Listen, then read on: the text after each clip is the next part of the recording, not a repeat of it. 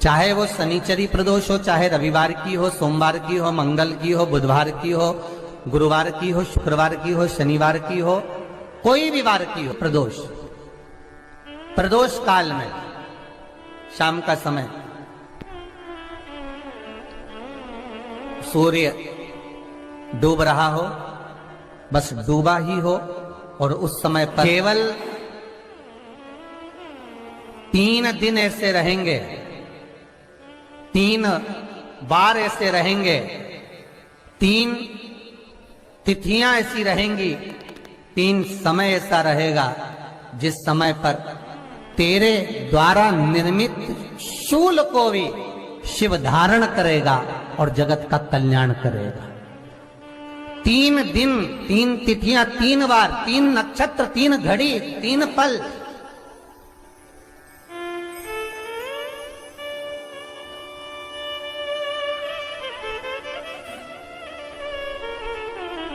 जिसमें बाबा शूल भी धारण करते हैं, और शूल अकेले धारण नहीं करते महाराज। जो धतूरा होता है ना, दर्शन करें धतूरे के, कांटे कांटे सा होता है धतूरा, तो वो धतूरे के साथ में बाबा शूल धारण करते हैं, बेलपत्री के शूल को। ये बहुत बहुत आनंदमय कथा है महाराज जी, जिसके जीवन में हमेशा कांटे ही मिले हैं।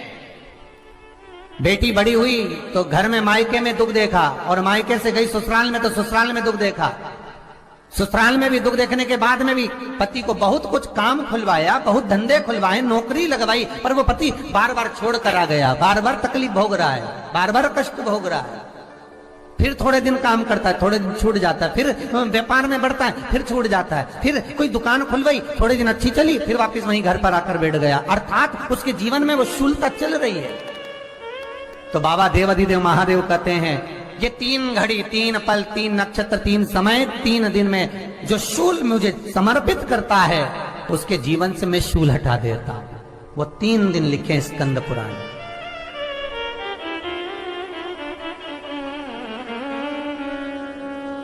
महाराज, बैसाख महीने में जो प्रदोष आती है, बैसाख के महीने में बहुत ध्यान से सुनना भाई, जो अपनी जिंदगी से बहुत तंग आ गए हो, परेशान हो गए हो, कष्टमय जीवन जी रहे हो, बहुत दुखी हो गए हो, उनके लिए ये स्कंद पुराण का चरित्र फिर मिले ना मिले, आप प्रेम से सुन लो भाव से। पहला, बैसाख महीने की प्रदोष,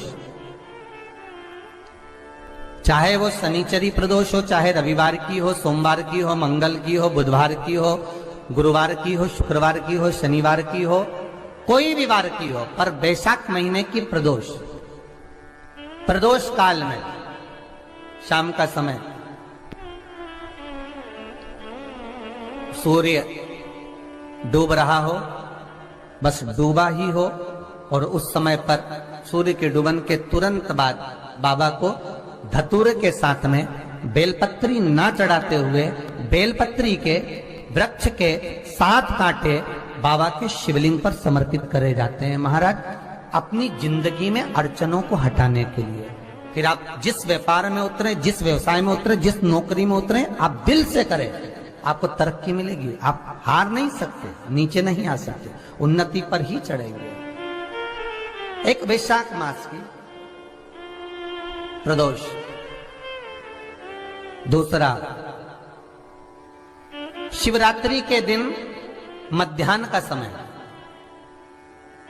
सीरीज वीडियो को अच्छी लगी लाइक एंड सब्सक्राइब जरूर।